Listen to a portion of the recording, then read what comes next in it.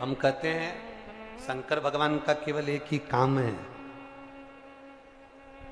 जो लिखा विधाता ने तुम्हारी किस्मत में, जो दुख विधाता ने लिखा, शिव जी का एक काम है।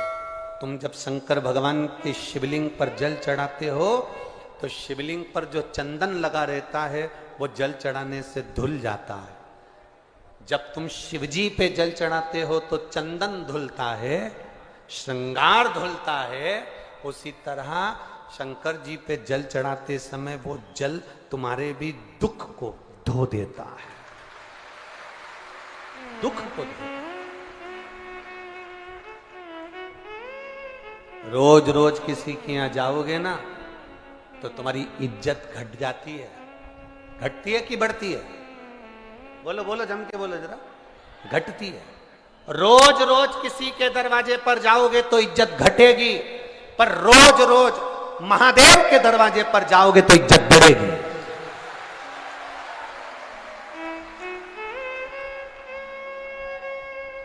किसी के दरवाजे पर जाने से इज्जत घटती है, पर महादेव के दरवाजे पर जाने से इज्जत बढ़ती है, बढ़ती है इज्जत। अभी तक तुम जाके देखना, तुम ऐसी रोड पर घूमते रहो, रोज शंकर जी के मंदिर जाना चालू कर दो तो पहले तो लोग कहेंगे हाओ आवारा है नंबर 1 का, बेकार है तो छोरा, बहुत अवल्ला है ये तो, बहुत बेकार है ये तो।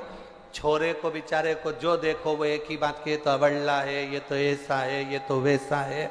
और वही छोरा जब रोज शंकर जी के मंदिर जाए और शंकर जी का श्रृंगार करे, शिव जी पे जल चढ़ाए, त्रिपुंड लगा के जब मंदिर से आए तो धीरे धीरे लोगों का कहने का तरीका बदल जाएगा। भैया ये तो रोज मंदिर जाता है, शंकर जी का भगत है, नंबर 1 का भगत। भगत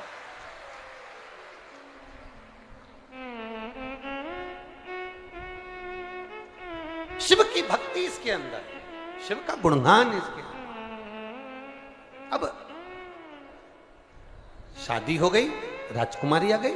राजकुमारी ने पूछ लिया अपने पति से, मैं एक राजा की लड़की, तुम एक ब्राह्मण के बेटे, मैं कैसे मिल गई तुमको? कहा 16 सोमवार के व्रत के फल से मिली। व्रत का फल इतना होता है, एक बेटा मुझे चाहिए, पुत्र की कामना से उसने 16 सोमवार का व्रत करा, उसको एक पुत्र भी हो गया। पुत्र होने के बाद पुत्र धीरे धीरे बड़ा भी हो गया। बड़ा होने के बाद पुत्र ने एक दिन पूछ लिया, मां मैं राजघराने में जन्म ले लिया, ऐसा मैंने कौन सा पुण्य करा था? कभी आप भी विचार करना, चौराहे पर खड़े हुए भिखारी को देखना, किसी भिखारी को देखना, किसी बीमार व्यक्ति को देखना, किसी बहुत ज्यादा कष्टप्रद व्यक्ति को देखना, और उसको देखकर अपने आप को तुम जरूर देखना, और देखकर महादेव से प्रार्थना करना, बाबा तूने बड़ी कृपा करी, मुझे चौराहे का भिखारी नहीं बनाया, मुझे कुछ अच्छा बनाया। तूने बहुत अच्छी कृपा करी, अच्छे घर में मुझे जन्म दिया। तूने बहुत अच्छी कृपा करी जो मुझे इस भारत की भूमि पर जन्म दिया। 21,600 श्वास मनुष्य के शरीर से प्रतिदिन निकलती है। कितनी श्वास? 21,600 श्वास मनुष्य के शरीर से प्रतिदिन निकलती है।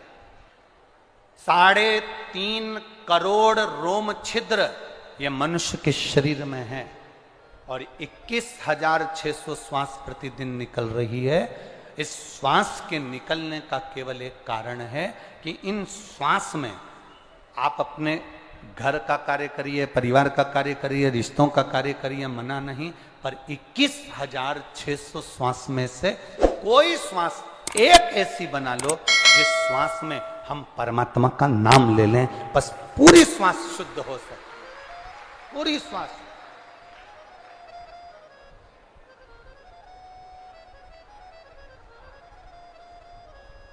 एक व्यक्ति ने प्रश्न किया था,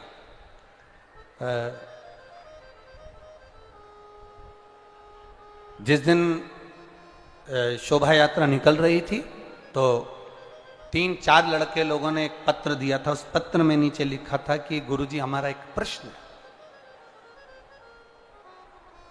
उस प्रश्न में जब शोभा यात्रा की गाड़ी पर उन्होंने पत्र दिया, उसमें एक पत्र में एक लाइन लिखी हुई थी, गुरुजी हमारा एक प्रश्न है कि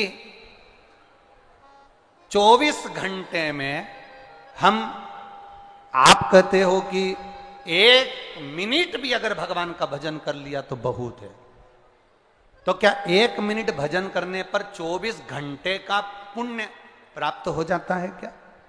हम उनसे इतना सा कहना चाहेंगे, हमारे यहाँ का शास्त्रों का, वेदों का, हमारे शास्त्रों का विधान है, भंडारे में इतनी सारी नुक्ति बनती है, भंडारे में इतना सारी पूड़ी बनती है, भंडारे में इतनी सारी सब्जी बनती है, क्या वो पूरी की पूरी सब्जी उठकर, पूरी की पूरी पूड़ी उठकर, पूरी की पूरी नुक्ति उठकर क्या भगवान के सामने जाती है?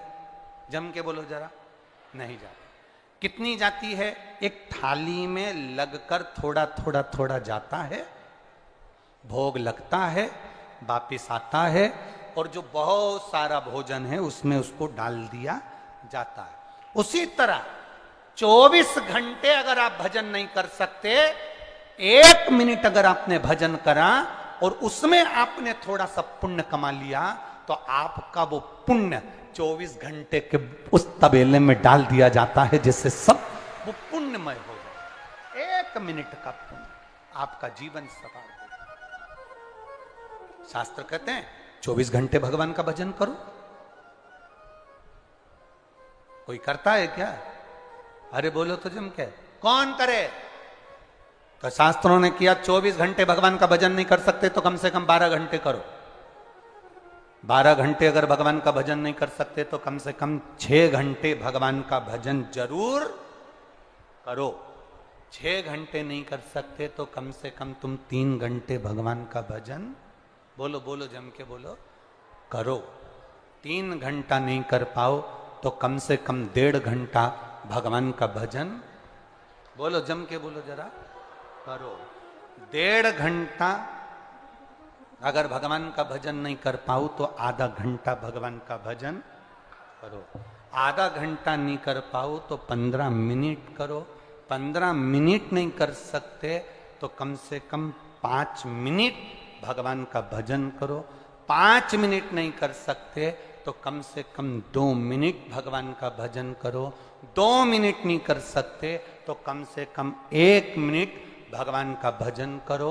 और 1 मिनट भी अगर भजन नहीं कर सकते तो चुल्लू भर पानी में डूब मरो।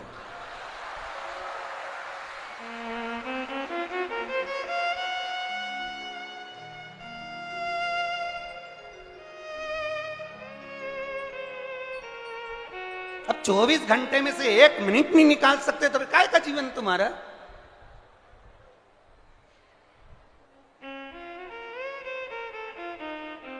बेकार जीवन। कोई ने पूछा कहां गई थी? कथा सुनने गई थी। सुनी? हाउ? क्या क्या सुन के आई? सुनी थी, इधर से सुनी। फिर घर पे क्या लेके आई? कुछ नहीं। जब जा रही थी तो भंडारा चल रहा था ना, उसमें कई थी 2 पूड़ी।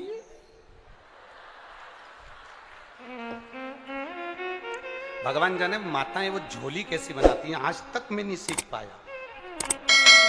ऐसा उनका कुछ पल्लू मल्लू ऐसा रहता है, पिन मिन टच रहती है और ऐसा पल्लू मल्लू डालते।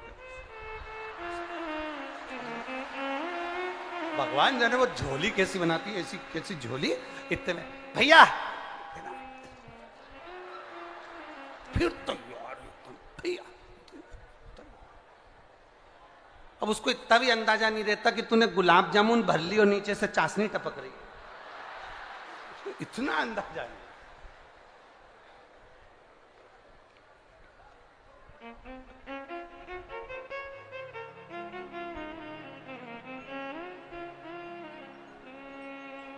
कमलनाथ जी को बहुत बहुत साधुवाद। आपको दुनिया में हम लोग कथा करते हैं, भंडारे चलते हैं, पर इतने तरह का पकवान पहला भंडारा है जहां पर रोज नया नया पकवान बना है भक्तों के लिए। बहुत बहुत साधुवाद। ये शिव तत्व है, इसी को कहे शंकर का तत्व। अब वो भर लिए उसको, देव देव जरा देव, अब उसमें रख लिए भर के। तो गई कथा में थी, क्या लेके आई, अभी दे रही हूं निकाल के, और मालूम पड़े पूड़ी और नुक्ती और गुलाब जामुन। कथा लाई क्या, सब छोड़। अरे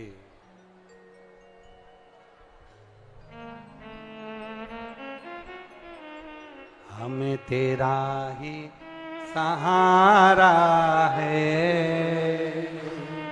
मेरे भोले बाबा। और आप अगर भरोसे के साथ अगर कथा सुन रहे हो ना जीजियों, और मेरे जितने जीजा बैठे हैं उनसे भी निवेदन करूंगा, जितनी विश्वास के साथ, जितनी भक्ति के साथ, जितने भरोसे के साथ आप शिव महापुराण की कथा सुन रहे हो, आपके भरोसे को, आपके विश्वास को एक बात याद रखना, संसार के लोगों पर भरोसा करोगे तो वो टूट सकता है, पर मेरे महादेव पर भरोसा करोगे तो टूटेगा नहीं। वो नहीं टूट सकता, वो अविरल है, प्रबल है, और वो पूरा की पूरा रहता है, पूर्ण रहता है, पूर्ण रूप से। कई लोग आपसे कहेंगे कि मंदिर मत जाओ, कई लोग आपसे कहेंगे कि सत्संग में मत जाओ, कई लोग आपसे कहेंगे कि क्या होता है शंकर जी को जल चढ़ाने से, कई लोग आपसे कहेंगे क्या होता है भगवान को बेलपत्र चढ़ाने से। तो ऐसे अगर कुछ लोग तुमको जिंदगी में मिल भी जाएं, बुरे लोग अगर बुरी संगति के मिल भी जाएं, तो तुम उस जगह पर इतना याद रखना कि बुरी संगति वालों के साथ हमें रमना नहीं है, उनके साथ रहना नहीं है, वो केवल उनके बीच में जाने के बाद वापस लौट कर आ जाना। कबड्डी किस किस ने खेली है, हाथ उठाओ जरा, जिनने कबड्डी खेली है, चल रख लो। कबड्डी में क्या होता है, बीच में एक पाली होती है और इधर से एक लाइन बनी होती है और इधर से एक व्यक्ति उधर को जाता है, बोला जाता है कि नहीं जाता।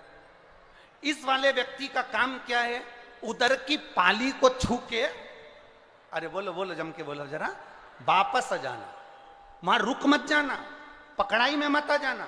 वहां अगर तू ठहर गया तो फिर तू आउट हो गया। उसी तरह कोई मदिरा पीने वाला है, मांसाहार करने वाला है, वेश्यावृत्ति करने वाला है, जुआ खेलने वाला है, गलत काम करने वाला है, झूठ प्रपंच करने वाला है, अगर तुम उसकी पाली में चले भी गए हो तो तू करके छू के वापिस जाओ, पर उसमें रुक मत जाओ।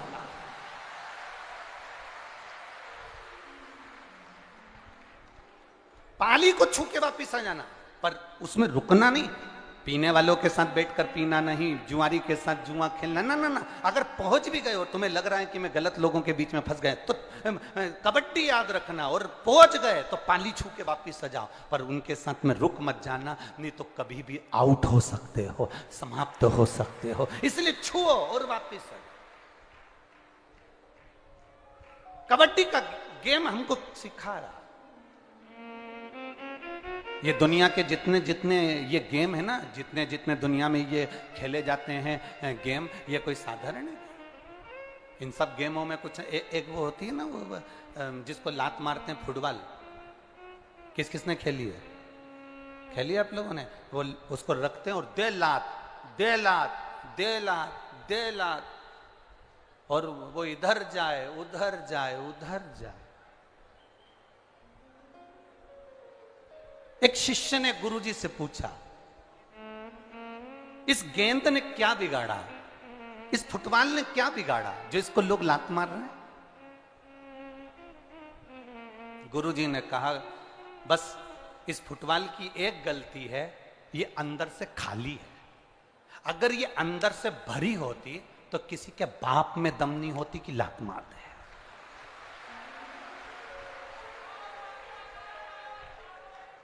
ये फुटबॉल अंदर से पोली है, ये फुटबॉल अंदर से खाली है, इसलिए लोग लात मार रहे हैं। अगर ये फुटबॉल भरी होती, इसमें रेत भरी होती, इसमें पत्थर भरे होते, इसमें कुछ और भरा होता, और इसमें अगर कुछ पक्का भरा होता, तो किसी की सामर्थ्यता नहीं कि कोई एक लात मार दे। भरी हुई चीज में कौन लात मारता है? खाली है, इसलिए लात मारी जा रही है। याद रखना, जब तक ये मन, जब तक ये चित्त, जब तक ये बुद्धि, जब तक ये हृदय खाली रहता है, दुनिया के लोग तुम्हें लात मारते रहेंगे, तुम्हें रुलाते रहेंगे। जिस दिन इसमें शिव भर गया, उस दिन कोई नहीं रुला सकता।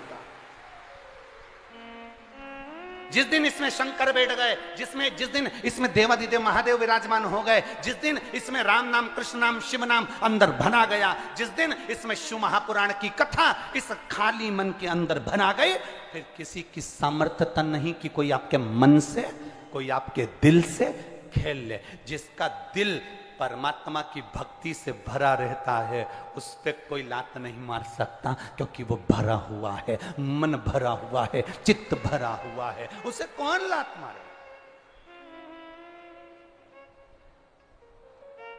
कौन लात मारे? मान लो अगर गलत संगति में पहुंच भी गए हो तो फिर पाली को छूकर वापिस आ छू। यहां कथा के पंडाल के अंदर जगह बिल्कुल नहीं है, रत्ती भर भी। पर कई लोग आसपास में जितने खड़े हैं, कोई ट्रकों पे चढ़े हैं, कोई बसों पर चढ़े हैं, कोई फायर ब्रिगेड पे चढ़े हुए हैं, कोई बिल्डिंगों पे चढ़े हुए हैं, कोई पेड़ों पे चढ़े हुए हैं। तो हम तो कहेंगे चैनल वालों को भी कि इन लोगों का भी दर्शन आप अवश्य कराया करो जितना बन सके, क्योंकि ये लोग बहुत दूर दूर बैठे हैं और भाव से कथा कर तत्व ग्रहण कर रहे हैं। भाव से ये कोई सहज है?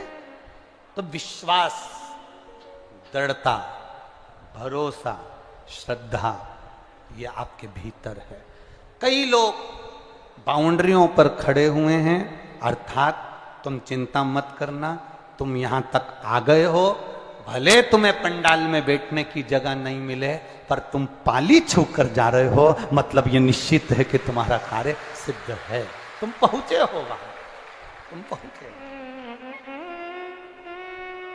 तुम वहां तक पहुंचे हो। बोल बम का नारा है, शिव तत्व की प्राप्ति हो। जाओ, हम मना नहीं करते कि आप किसी के साथ नहीं रहो, पर इतना जरूर रहो कि उसके अंदर हमें मिलना नहीं, उसमें हमें घुलना नहीं, हमें उससे दूर हटना।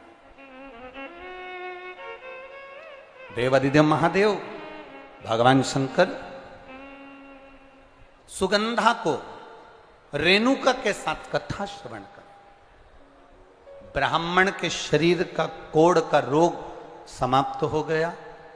पार्वती जी ने ब्राह्मण देवता से पूछ लिया कि तुम्हारे ये शरीर का रोग समाप्त कैसे हुआ? तो उन्होंने कह दिया कि मैंने 16 सोमवार का व्रत किया था, उस व्रत के प्रभाव से मेरा ये रोग समाप्त हुआ है। उस व्रत के प्रभाव से।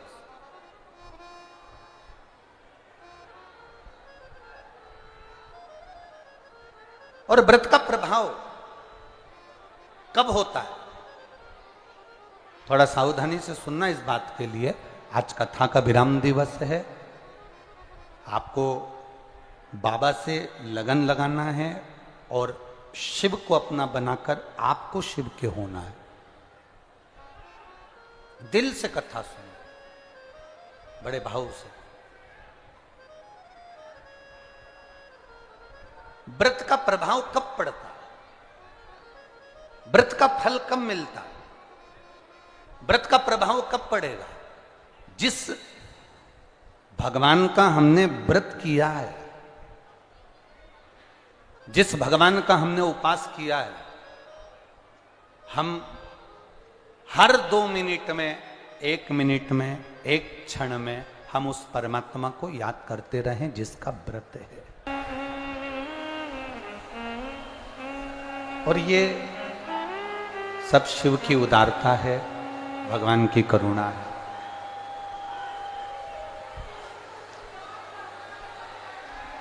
एक कृपा, एक उदारता शिव की है।